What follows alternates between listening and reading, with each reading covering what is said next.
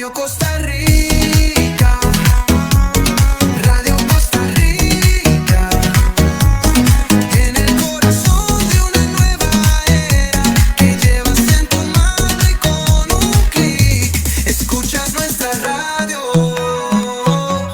Radio Costa Rica, Radio Costa Rica, la onda digital que une a Costa Rica.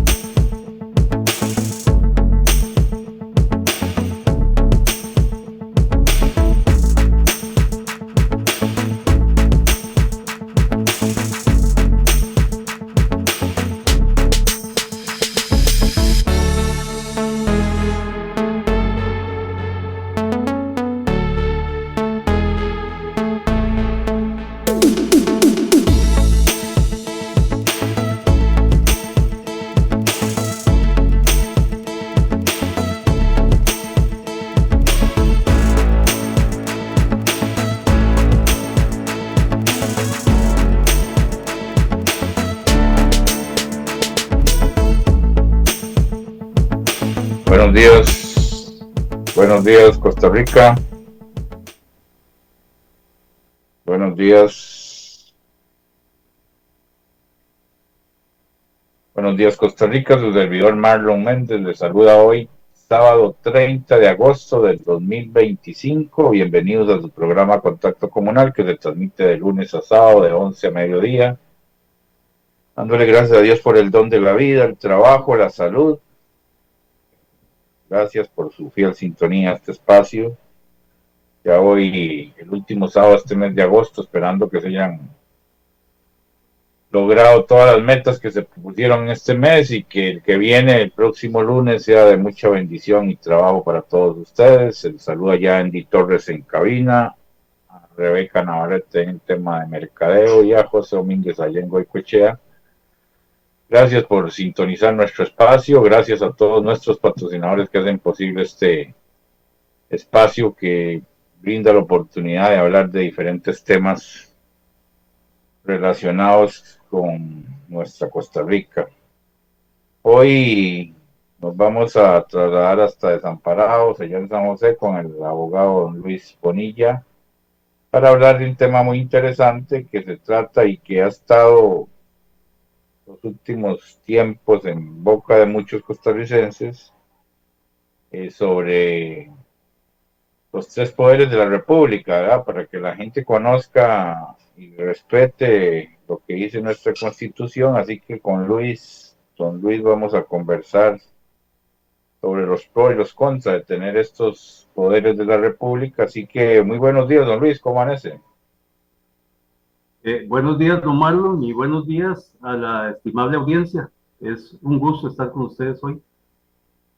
Muy bien, don Luis, ¿cómo está Desamparados? Asoleadito hoy, sí.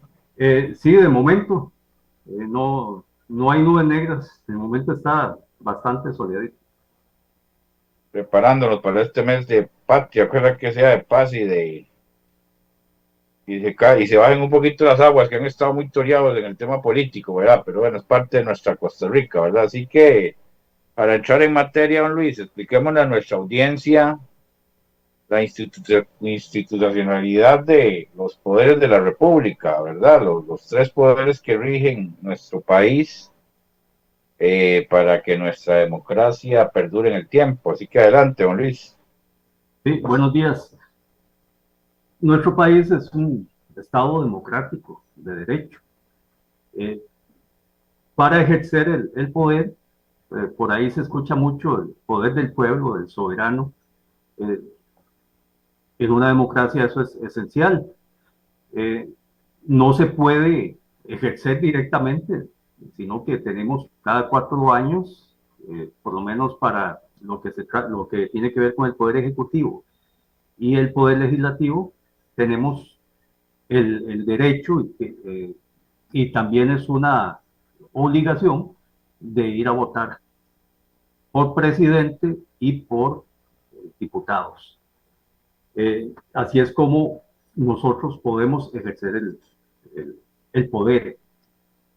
Pero aparte de esto, suponiendo que estas personas que nosotros elegimos no cumplan bien con su función, hay mecanismos para contrarrestar esto. No es solamente no votar por el partido que nos decepcionó cada 4 años, o que lo pensemos nuevamente a ver si efectivamente están cumpliendo con nuestras expectativas. Si no, nuestra sociedad tiene organizaciones, en el caso de los empresarios, por ejemplo, hay cámaras empresariales, en el caso de los trabajadores hay sindicatos por medio de los cuales se puede ejercer presión durante un mandato sin tener que esperar a los 4 años para poder verificar que se estén cumpliendo todas las expectativas en beneficio de toda la población o de los intereses particulares de cierto grupo. Porque en una democracia, si bien se toma en cuenta muchas veces lo que decide la mayoría, pero las minorías tienen derechos y también deben estar cubiertas. No es que por una decisión de la mayoría se va a ir en detrimento de los derechos de ciertas minorías. Y así es como funciona una democracia. Ya anteriormente hemos hablado de la división de poderes, que significa que esencialmente tenemos tres poderes: el poder ejecutivo, el poder legislativo y el judicial. Cada poder de estos es independiente. Y cada poder de estos tiene cierto control sobre los demás.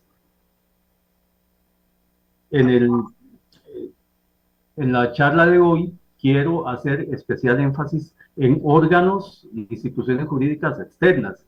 Por ejemplo, dentro de estas tenemos el Tribunal Supremo de Elecciones, que además de que registra a los habitantes de este país, también controla todo lo que tiene que ver con el sufragio. Pero, y requiere un capítulo, o sea, una charla total solo para hablar del tribunal. Pero hoy quiero enfatizar el tema de la Contraloría General de la República. Tiene una función importantísima. Y sus funciones y su naturaleza, todo lo que tiene que ver con la Contraloría y su función está en el título 13º de la Constitución Política y a partir del artículo 176. Aquí se nos empieza por explicar qué es la hacienda pública. En realidad es el presupuesto de la República. Y la función de la Contraloría es velar porque este presupuesto sea ejecutado de acuerdo con la ley y con la Constitución. Entonces, la Contraloría es un órgano auxiliar de la Asamblea Legislativa, pero tiene total independencia. Esto lo vemos en el artículo 183 de la Constitución Política. Y muy importante, este artículo en el segundo párrafo dice que la Contraloría está a cargo de un Contralor y un Subcontralor, y ambos funcionarios serán nombrados por la Asamblea Legislativa 2 años después de haberse iniciado el periodo presidencial, para un término de 8 años, y pueden ser reelectos indefinidamente y gozarán de las inmunidades y prerrogativas de los miembros de los supremos poderes. O sea, tiene inmunidad igual que el presidente, que los ministros, que los diputados y que los magistrados. Y los magistrados del Tribunal Supremo de Elecciones también. Este Contralor y Subcontralor responden ante la Asamblea por el cumplimiento de sus funciones y pueden ser removidos por ella mediante votación no menor de 2/3 partes del total de sus miembros. Y se comprobare ineptitud o procederes incorrectos. Aquí, al igual que en ningún puesto, ya sea un puesto de elección popular o cualquier otro puesto en el sector público, pueden ser removidos. Solo que cuando se trata de un miembro de supremos poderes, o en este caso del Contralor o Subcontralor, hay un proceso especial de levantamiento del fuero, que se realiza, quien decide si se levanta el fuero o no, es el Congreso. Y si se levanta, entonces puede ser destituido administrativamente, o si las razones por las cuales se va a destituir tiene que ver con que cometió un delito, también puede ser juzgado, y en este caso sería juzgado por los magistrados. Sería un juicio llevado en la sala, una investigación llevada por la sala tercera y después un juicio que se lleva en la Corte Suprema de Justicia. Entonces, el tema es que es un funcionario muy importante, o una funcionaria, como en el caso actual, que tiene que velar por la correcta ejecución del presupuesto. Aquí, si bien se puede argumentar que a veces las cosas no caminan porque la Contraloría tuvo alguna objeción, sí, puede ser molesto, pero ¿qué pasaría si estuvieran por la libre? Imagínense que bajo este control se han dado actos de corrupción. Ahora, si no se diera este control, pues el asunto sería peor. Don Luis, Al no existir control, pues la corrupción estaría por la libre. don Luis, tal vez para nuestra audiencia, el fuero, ¿qué significa, digamos? Porque ha estado en boca de mucha gente y tal vez usted como diestro en el asunto, en realidad, ¿qué significa fuero político? Nuestro constituyente son las personas que redactaron nuestra constitución. La última es la constitución de 1949. Tuvo la previsión de que un miembro de supremos poderes, como indiqué anteriormente, presidente de la República, ministros, los diputados, los magistrados de la Corte Suprema de Justicia, los magistrados del Tribunal Supremo de Elecciones, el Contralor y Subcontralor, no pueden ser destituidos o no pueden ser juzgados y no pueden ser destituidos fácilmente. Porque si no se diera esta previsión que tuvo el legislador en su momento, podrían ser destituidos por razones políticas, como se da en algunos países que no tienen muy claros los principios democráticos. Entonces, por algún problema político se les destituye y prácticamente se les da fácilmente un golpe de Estado disfrazado de una destitución por alguna irregularidad. Aquí en Costa Rica tuvieron esa buena previsión de que no se les puede destituir por cualquier motivo y tiene que llevarse a cabo una investigación exhaustiva y no por cualquiera. Vea que en el caso de miembros de supremos poderes, quien investiga no es cualquier fiscal, en caso de que se cometa un delito, sino que es el fiscal general. Posteriormente, la Corte Suprema tiene que decidir si hay suficientes elementos de juicio para solicitar el levantamiento del fuero. Y después, esta solicitud la envía al Congreso para que los diputados formen una comisión y en esta comisión emitan un informe, ya sea recomendando o no recomendando al plenario, o sea, a la totalidad de los diputados, tomar la decisión de si se levanta el fuero o no.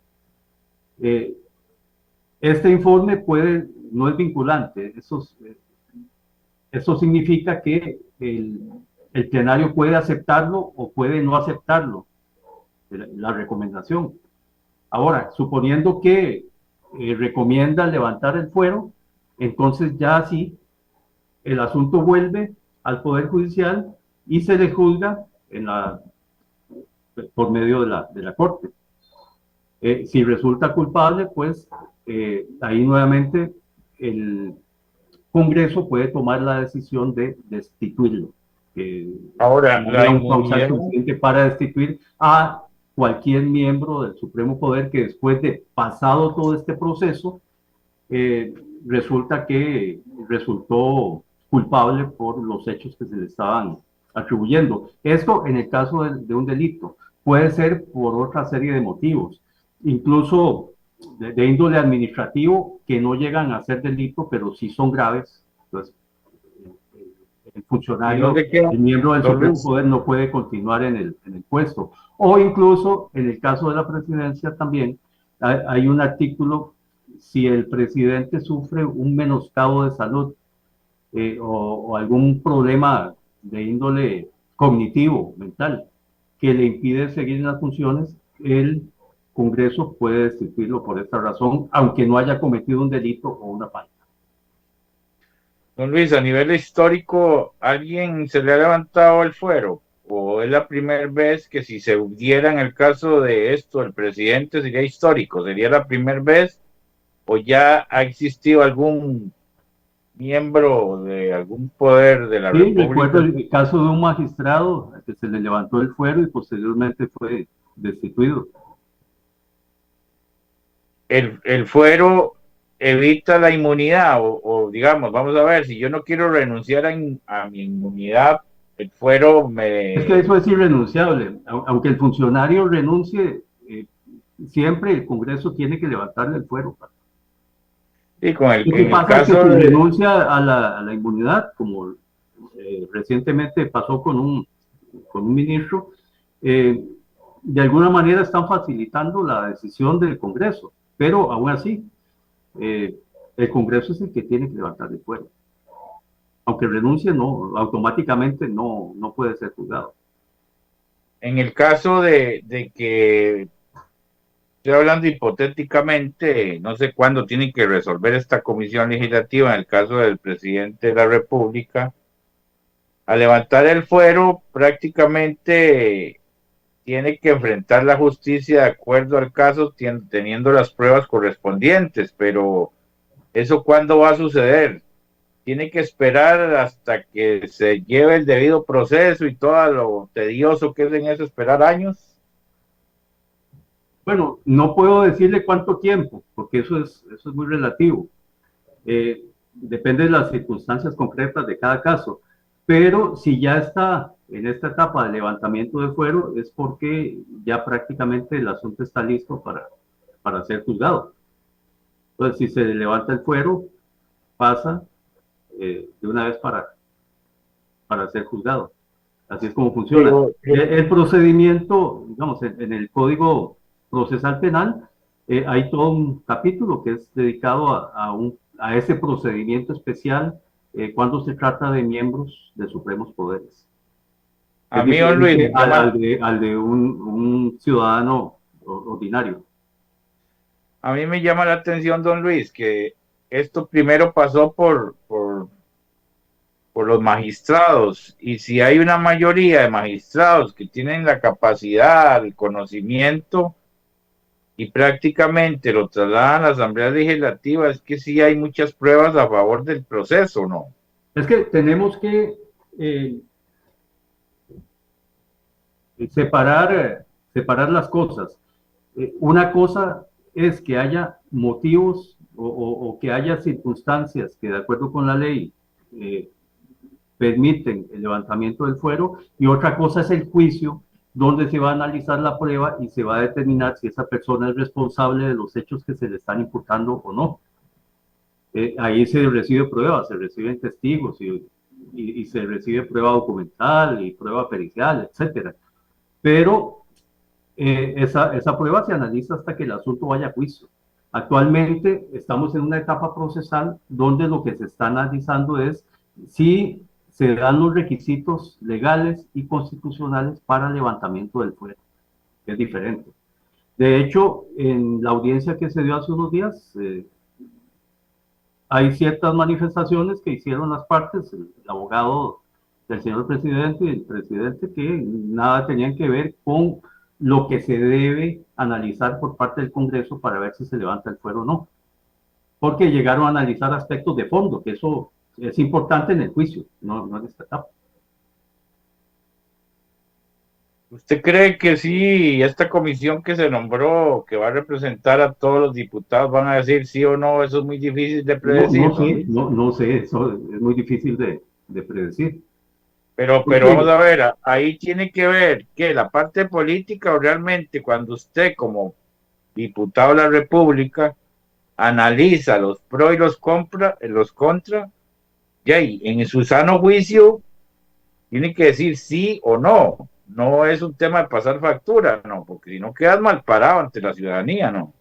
No, yo lo que puedo decir es que la labor del Congreso es determinar si, de acuerdo con la ley y la Constitución, hay suficientes motivos para levantar el fuero. Ya lo que esté en el ámbito interno, en el fuero interno de cada diputado, yo no puedo opinar, porque no sé si tendrán motivaciones diferentes a las motivaciones que tienen que ver con los aspectos procesales, en este caso, procesales y legales. Eso depende de cada persona. Pero sí le puedo decir que técnicamente lo que tienen que hacer es tomar la decisión de si se dan los requisitos para levantar el fuero o no. Si se dan, pues podrían levantarlo. Eso depende del criterio que tenga cada quien. Puede ser que para algunos diputados sí se den los requisitos, para otros no. Puede ser que tengan motivaciones distintas, eso no lo sé, porque no estoy internamente dentro de cada uno de ellos para saberlo. Pero por lo menos en buena lid, eso es lo que tienen que analizar. Yo no le puedo decir en este momento si hay razones suficientes o no, porque lo que conozco es lo que se conoce toda la población por medio de los medios de prensa. Yo no tengo el expediente, no tengo todos los elementos de juicio para decir si se debe hacer o no, pero sí puedo decirle qué es lo que tienen que valorar los diputados al momento de levantar el fuero. Hay algo también que quería preguntarle usted en su experiencia como abogado, don Luis. Realmente el testigo de la corona, como le llaman, vamos a ver, yo puedo ir a declarar por presión o por lo que sea y después puedo arrepentirme de lo que dije y puedo cambiar mi versión. O sea, eso está dentro de la norma legal de la vida. Vamos a ver si entiendo. Eh, Igual que con el testigo de la corona, con cualquier otro testigo, pueden darse circunstancias que están fuera de la previsión de quien ofreció al testigo. Como litigante, como fiscal durante muchos años, sí, generalmente uno ofrece los testigos que uno considera que son importantes para probar la tesis que uno trata de probar en el juicio. Pero a veces los testigos, y sobre todo si pasa mucho tiempo, olvidan detalles y tal vez eran detalles esenciales. Yo siempre he sido del criterio de que la persona que ofrece el testigo tiene que estar seguro de lo que va a declarar, comunicarse con él antes del juicio, no para decirle qué es lo que tiene que declarar, porque eso es totalmente anormal, eso es ilegítimo. El testigo tiene que declarar sobre lo que le consta. No, no decirle que tiene que declarar tal y tal cosa es ofrecer prueba falsa. No, no, tal vez Es la faltar a pregunta es los así. principios éticos de un abogado. Pero sí es necesario hablar con él de previo al juicio para saber, para estar completamente seguro de que la declaración va a ser útil para la posición que uno está tratando de defender. Pero resulta que tal vez está uno totalmente convencido de que el testigo le va a servir y llega a juicio y dice otra cosa. Son cosas imprevisibles. Y esto puede pasar con el testigo de la corona también.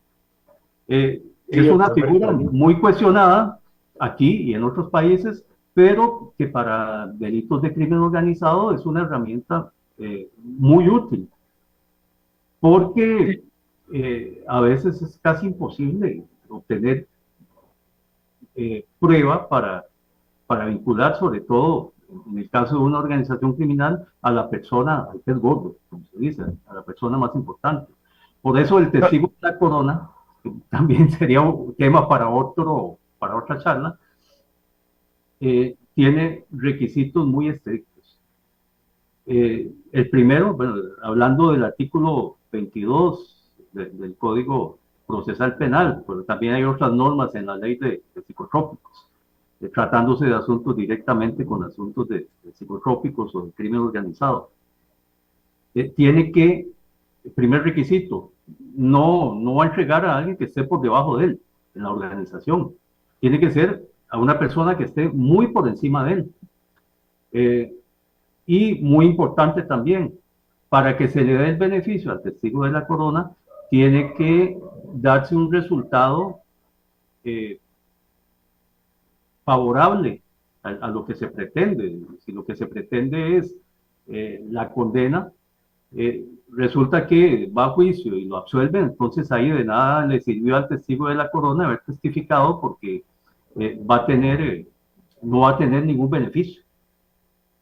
Va a tener, si cometió un delito, va a tener que purgar por el delito por el cual se le estaba persiguiendo.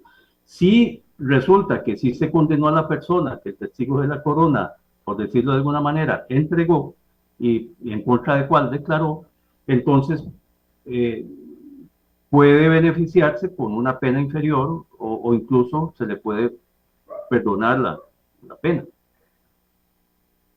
no, no, y perdóneme que le pregunte esto, Luis. Vamos a ver, cuando a usted le dicen levante la mano y jura en nombre de la Biblia y que todo lo que usted use después sea en contra suya, ese procedimiento no tiene validez o sí tiene validez, porque estás jurando ante X personas que te dan esa fe pública y No, por después cambias la supuesto, versión. pero, o sea, hablando, la consecuencia para un testigo de la corona, porque al ser imputado también no tiene obligación de declarar, pero eh, cualquier testigo, falta la verdad, puede incurrir en el delito de falso testimonio y se le sigue por eso, perjurio.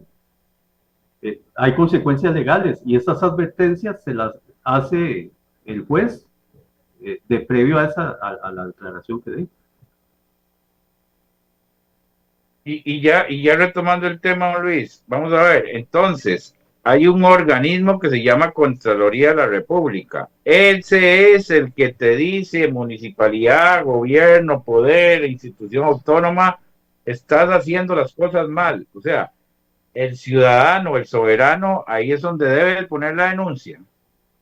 Eh, no, eso es diferente. El artículo 184 de la Constitución es el que nos habla de los deberes y atribuciones de la Contraloría. Son 5 incisos. El primero dice fiscalizar la ejecución y liquidación de los presupuestos ordinarios y extraordinarios de la República. No se emitirá ninguna orden de pago contra los fondos del Estado, sino cuando el gasto respectivo haya sido visado por la Contraloría, ni constituirá obligación para el Estado la que no haya sido refrendado por ella. Por eso es tan importante y a veces tan molesto dependiendo de la rapidez con la que el Ejecutivo quiera trabajar, pero es importante. Es mejor que tenga que darse esta fiscalización a que los costarricenses vayamos a perder recursos públicos que pagamos con nuestros impuestos por una mala fiscalización. Este es el primer y más importante obligación y atribución que tiene la Contraloría. El segundo inciso dice examinar, aprobar y aprobar los presupuestos de las municipalidades e instituciones autónomas y fiscalizar su ejecución y liquidación. O sea, la labor de la Contraloría no se limita al gobierno central, sino también a municipalidades y a instituciones autónomas.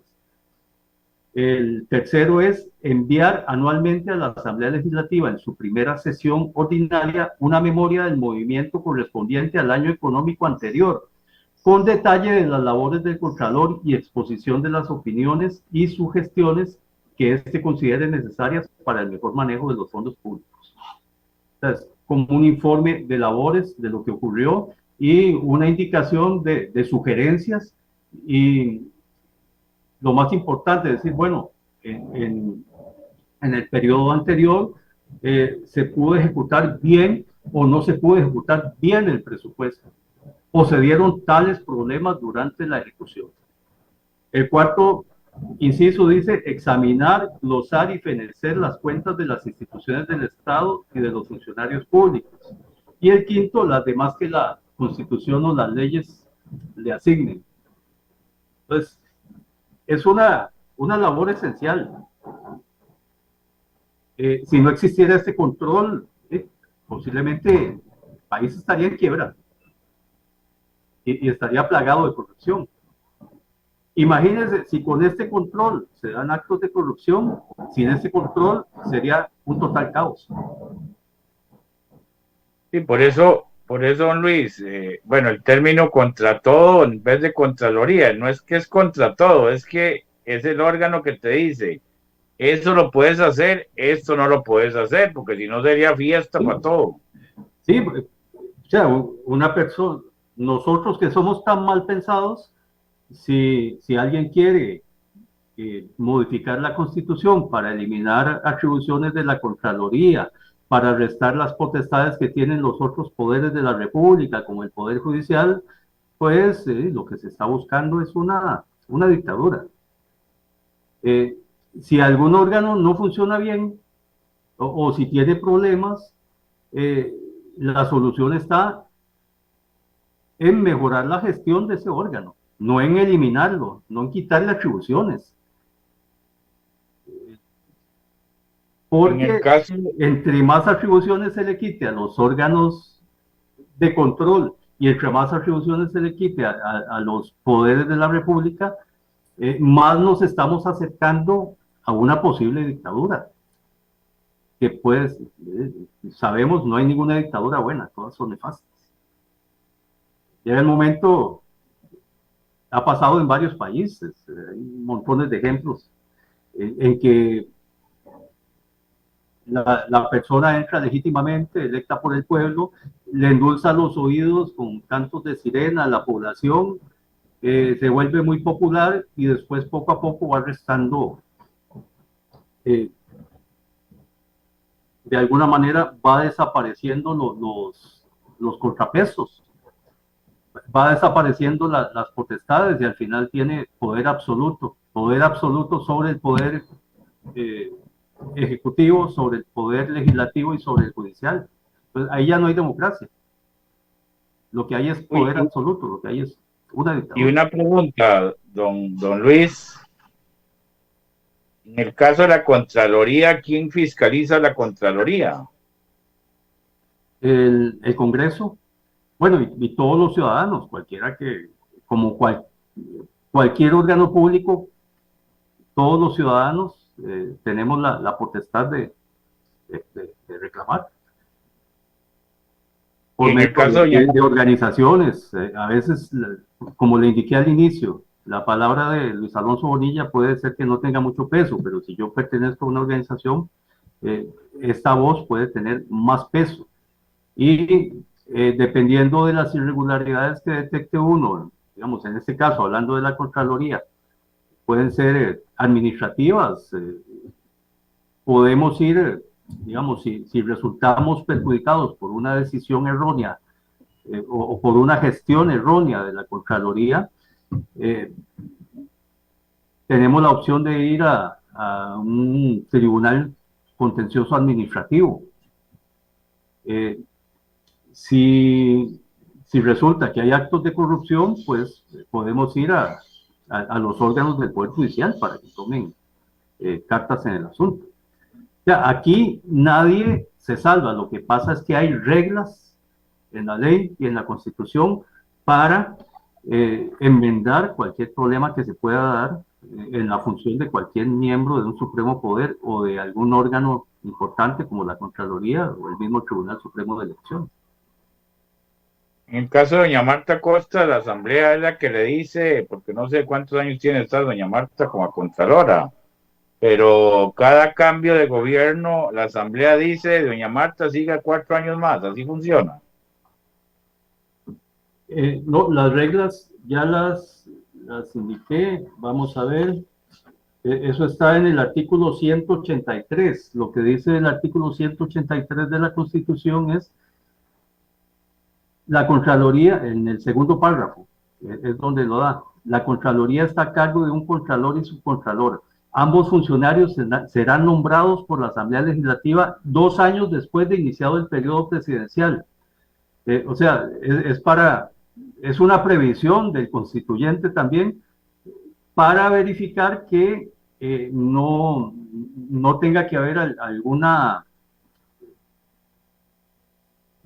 previsión partidaria, porque por eso se nombra a la mitad de un periodo y es hasta por 2 años después de iniciado el periodo presidencial para un término de 8 años. Son 8 años. 8 años en que, salvo que cometa una irregularidad, no va a salir del puesto. Pero después dice, pueden ser reelectos indefinidamente y gozarán de las inmunidades y prerrogativas de los miembros de los supremos poderes. O sea, cada 8 años se discute si siguen el puesto o no. Más o menos lo que pasa con los magistrados, que cumplido su periodo se discute si continúan el puesto o no. Pero para que no continúe tiene que darse una votación calificada para que no. Y mi pregunta al millón es, ¿qué requisitos tiene usted para llegar a ser Contralor de la República? O sea, ¿qué currículum, qué experiencia de trabajar en la Contraloría? No necesariamente. Sí, porque tiene una gran responsabilidad, porque es Es la que al una final gran controla el país, responsabilidad, efectivamente. prácticamente es como una república independiente, como lo han mencionado muchos que han venido a gobernar, que no, que la Contraloría no te deja gobernar.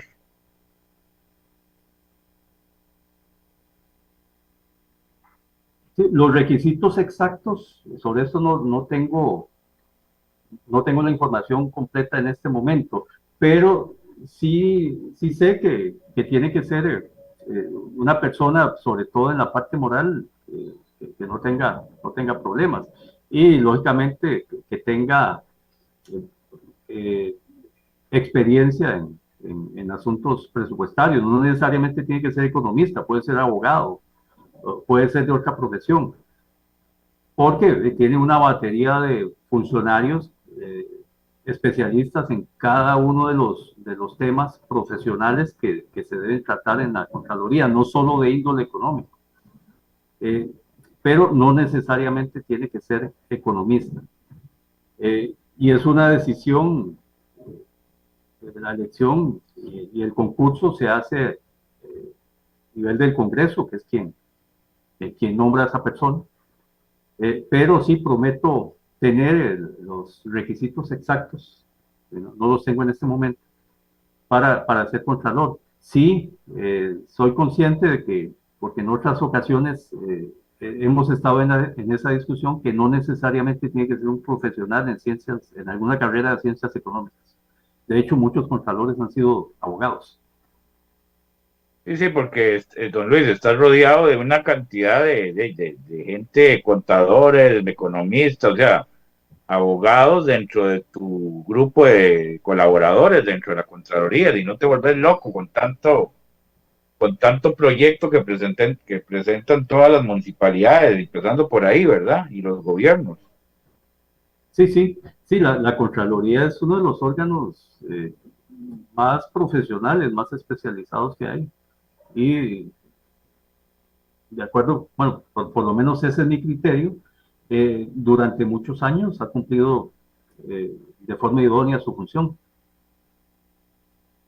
Sí, pero sin perder la perspectiva, como usted lo acaba de decir, don Luis, que si yo me siento ofendido porque la Contraloría vi que ahí hubo un concurso, una aprobación de X o Y proyecto avalados por ellos y me está afectando a mí, y tengo las pruebas, y también es un órgano que puede ser denunciado ante los tribunales, ¿verdad? Estamos Como en ese toda derecho. actividad humana puede tener sus imperfecciones, pero la- en la balanza yo creo que se inclina que ha realizado bien su función.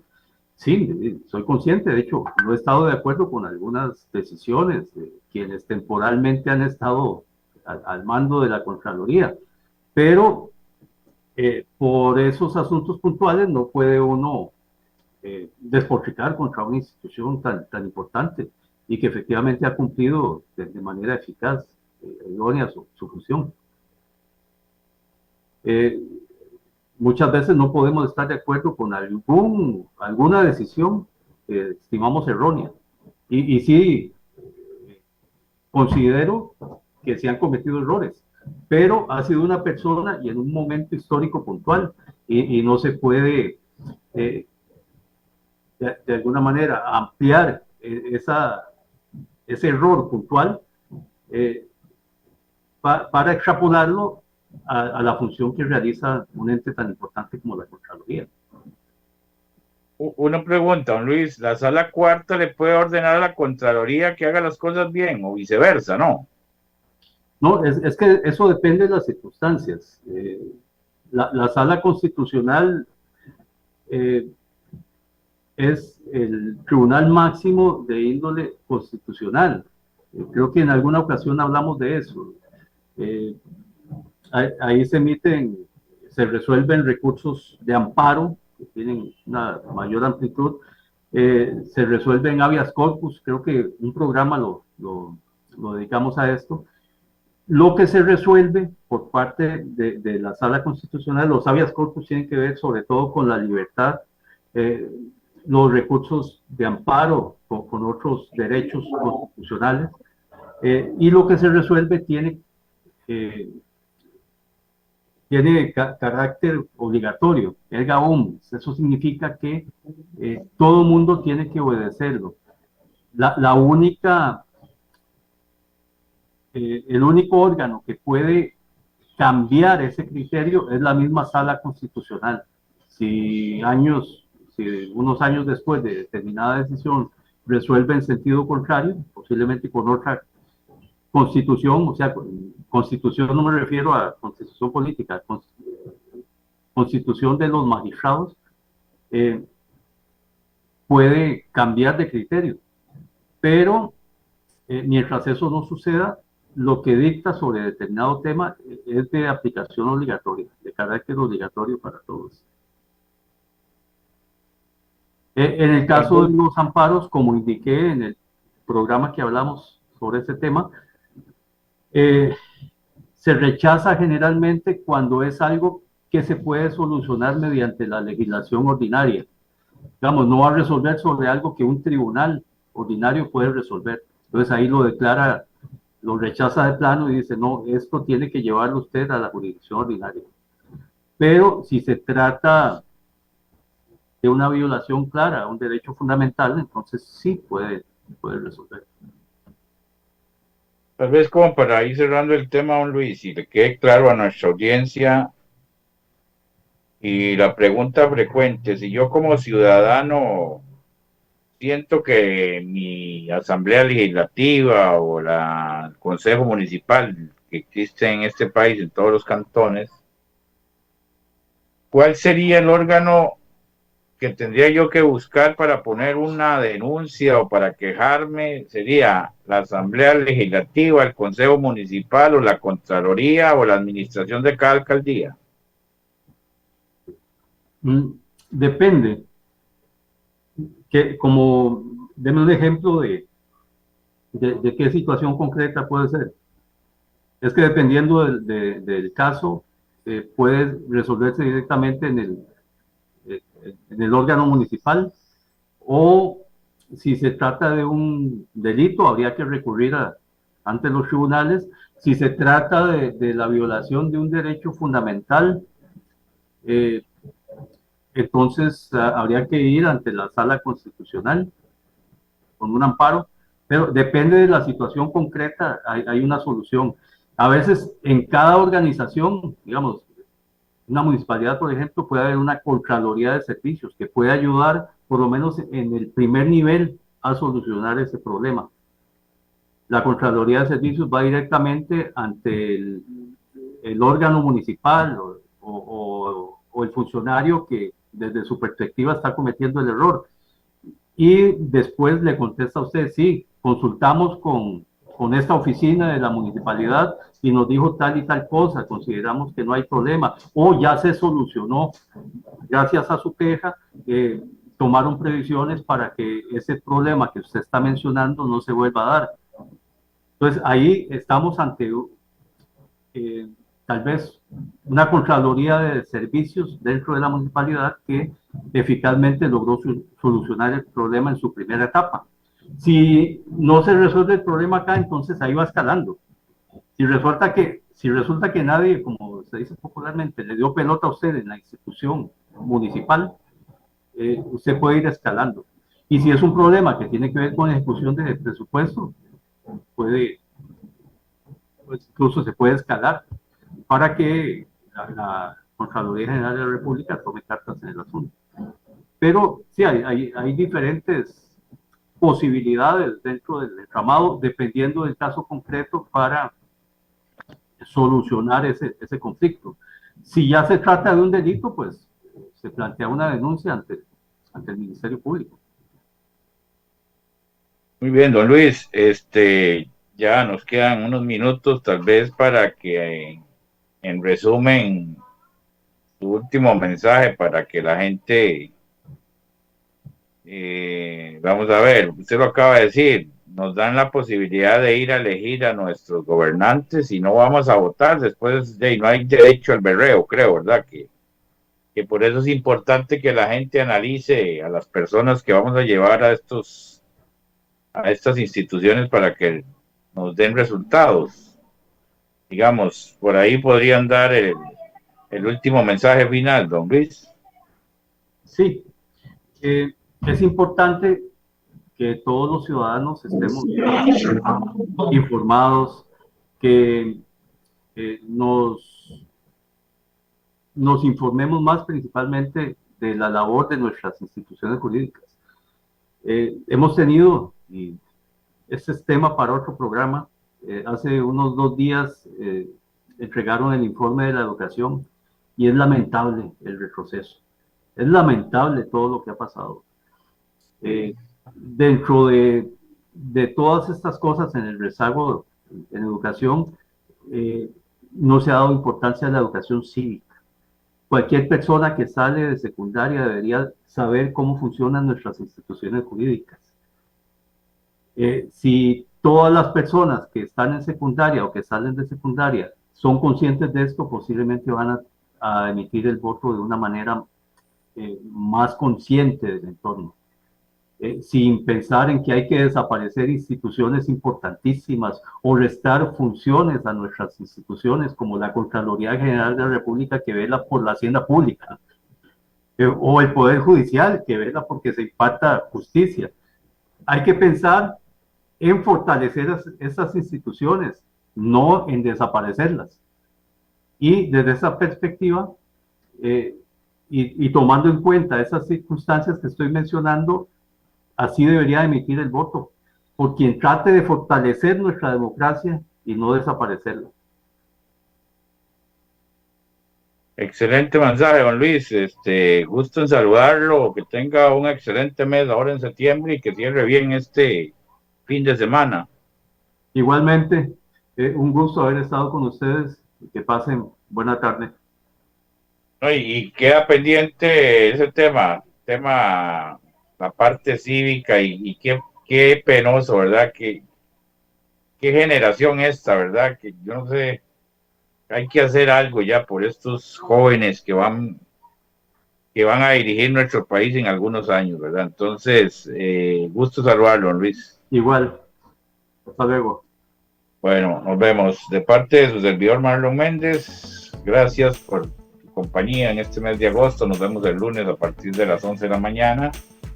Que disfruten estos días en paz, en armonía y nos vemos, si Dios lo permite, quedan en compañía de nuestros patrocinadores. Buenas tardes.